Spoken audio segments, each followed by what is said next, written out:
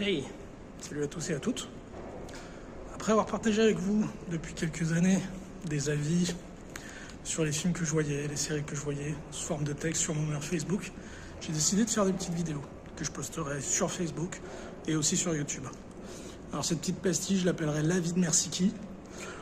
Mersiki qui est l'anagramme de Kermissi, qui est mon nom de famille, qui est mon vrai nom de famille. Ce n'est pas un pseudonyme comme beaucoup pensent. Et on va commencer aujourd'hui avec Alien Romulus. Alien Romulus, sauveur de franchise ou tueur de franchise? On va voir ça, même si ça sent très bon. Le monde se divise en deux catégories. Les fans de Star Wars et les fans du réveil de la Force. Alien vient d'avoir son réveil de la Force. Alien Romulus. Pas un mauvais film, mais objectivement, un best-of de tout ce qu'on a pu voir avant. Fede Alvarez ne prend pas de risque, l'air de rien. Il s'évertue à copier des choses qu'on a déjà vues avant, que ce soit dans les films ou dans le fameux jeu vidéo Alien Isolation, et à les mettre à l'écran. Il fait ça bien, c'est propre, c'est un magnifique production design, chose qui a été répétée à maintes fois durant la production et dès les premières images. Ça fait Alien, c'est le retour d'Alien. Mais bon, au bout d'un moment, ok, revoir les mêmes corridors, les mêmes portes, le même style de vaisseau, c'est très bien. Maintenant, raconte-moi autre chose.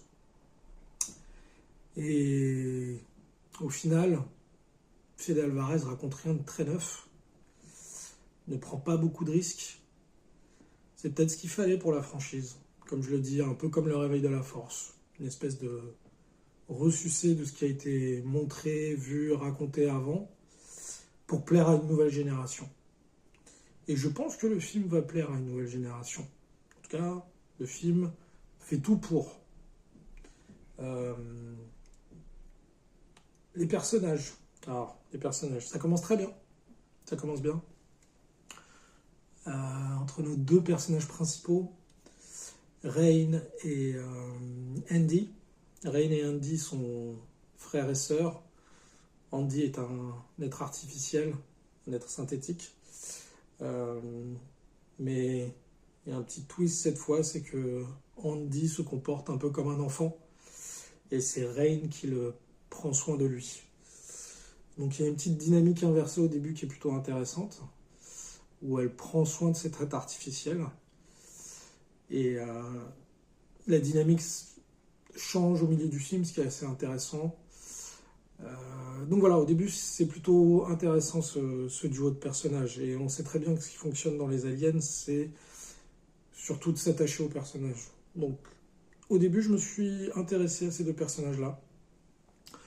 Mais au fur et à mesure qu'on a avancé, d'autres personnages, qui sont juste de la chair à canon, il ne faut pas se leurrer, interviennent et on est encore dans des archétypes qu'on a déjà vus qui ont énervé tout le monde dans Prometheus ou dans d'autres films. Et au final, on s'en fout. On se fout de ces personnages-là, quoi, en fait. Donc c'est le problème, l'un des nombreux problèmes de ce film. Je le redis, hein, le film n'est pas désagréable. On n'est pas face à un film qui a été fait par un comité cynique et tout ça. Et c'est bien là ce qui est un peu agaçant, c'est qu'on sent que Fede Alvarez a un véritable amour pour Alien, et puis les précédents films de Fede Alvarez montrent que c'est un réalisateur solide et qui aime le genre. Mais là, je pense que le cahier des charges, à savoir remettre la franchise Alien sur les rails et conquérir un nouveau public, a fait que, il a joué plutôt safe avec beaucoup de choses. Alors, je vais faire quelques spoilers, je suis désolé. Les rappels aux précédents opus sont un peu agaçants. Moi, perso, revoir des scènes que j'ai déjà vues en moins bien, que ce soit un clin d'œil ou quoi que ce soit, ça ne m'intéresse pas. Donc au bout d'un moment, au bout de l'énième plan qui rend hommage à Ripley qui sort d'un ascenseur, au bout de l'énième plan qui montre la ruche alien, pompée d'aliens, les, les, les, les, les Easter eggs ici et là. Encore une fois, c'est bien fait, mais le problème en fait, c'est que ça m'intéresse pas, quoi, en fait. Surtout si tu n'apportes rien à la mythologie, en fait. C'est-à-dire si tu n'expliques pas certaines choses, par exemple, on se retrouve encore avec ce. Je pense que vous vous souvenez dans le premier Alien, quand Kane va vers les œufs pour la première fois, il y a une espèce de halo bleu, un laser lumineux. Et on suppose que ce halo lumineux, ce laser lumineux, est censé avertir si jamais les œufs sont approchés par autre chose ou je ne sais quoi, une espèce de champ de protection. Là, par exemple, ce champ de protection réapparaît quelque part, on ne sait pas pourquoi, on ne sait pas du tout pourquoi, juste parce que c'est cool de le remettre là, quoi, en fait. Et en fait, il y a plein de passages comme ça dans le film, en fait. Et le pire, restant les punchlines. On a la réapparition d'un personnage du premier film. Est-ce que je le dis? Oui, bon. Une espèce de double de H fait apparition. Et il ressort les mêmes dialogues. Vous avez toute ma sympathie. Donc voilà, au bout d'un moment, franchement. La palme de la punchline revient à la punchline réutilisée dans le climax qui est Get away from her, you bitch, qui tombe comme un cheveu sur la soupe. Donc voilà, donc c'est assez agaçant, mais je sais que ce film n'est pas fait pour moi en fait. Ce film n'est pas fait pour moi, ce film est fait probablement pour des jeunes qui ont 20 ans, 25 ans, peut-être des trentenaires, qui ne connaissent pas les films originaux par cœur,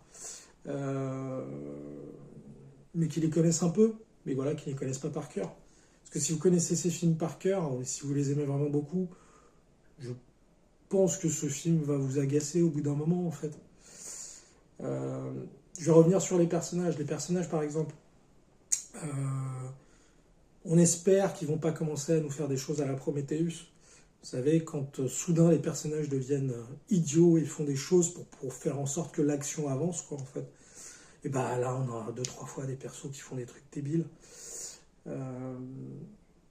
Donc c'est un peu dommage à ce niveau-là. Bon, c'est des jeunes adultes, donc ils n'ont pas la maturité de personnages plus âgés ou des choses comme ça. Mais donc voilà, donc il y a ce côté vraiment mash-up, best-of de tous les précédents films. Alors quand je dis best-of, c'est pas que best-of. C'est-à-dire que, bon, je continue dans les spoilers, hein. C'est-à-dire que Fede Alvarez refait quand même le climax d'Alien Résurrection en nous faisant débarquer une créature où pendant quelques secondes je me suis dit « Oh, ça peut devenir intéressant ». Bon, on va en full spoiler, hein. Un des personnages est enceinte et elle s'injecte un produit qui a été découvert dans un des laboratoires. On ne sait pas pourquoi, elle le fait. Alors que quelques minutes avant, on lui a dit, on l'a empêché de le faire, on lui a dit non, il ne faut pas le faire, ça peut être dangereux et tout ça. Elle le fait. Ce qui nous emmène vers un climax, un dernier acte, alors qu'on a déjà eu une première fin, où une nouvelle créature naît de cette femme enceinte. Donc on se retrouve encore avec, comme dans Alien Résurrection, une créature qui naît du ventre d'un... Cette fois-ci, pas d'une reine alien, mais d'un personnage humain. Et au lieu de se retrouver avec quelque chose qui aurait pu être majestueux, de beau et de très dangereux, on se retrouve encore avec quelque chose d'assez grotesque. Alors peut-être c'est un bébé encore, mais non, je pense pas, parce qu'on voit on voit un bébé qui est mi-humain, mi-ingénieur en fait. Et je me suis dit, oh, intéressant. Ça peut être une piste intéressante. Et finalement, ça se transforme en une espèce de créature grotesque. Et on se retrouve encore une fois avec la même fin. C'est-à-dire qu'un trou est fait avec de l'acide. Et le personnage, cette nouvelle créature est aspirée dans ce trou-là, quoi, en fait. Enfin, pas vraiment, parce qu'en plus, alors, un autre problème que j'ai avec le film, qui est à savoir que il est très sombre. Alors, je ne sais pas si c'est la salle qui était mal calibrée ou je sais pas quoi, mais le film est très sombre, et il y a des moments où je ne vois que dalle. Alors bon, je porte des lunettes maintenant, mais quand même. Et dans les trailers, le film n'était pas aussi sombre. La colorimétrie était un petit peu plus claire, donc je pense que peut-être le film a été assombri pour la salle. Même le plan d'ouverture est ultra sombre. Donc voilà. Donc voilà, si vous aimez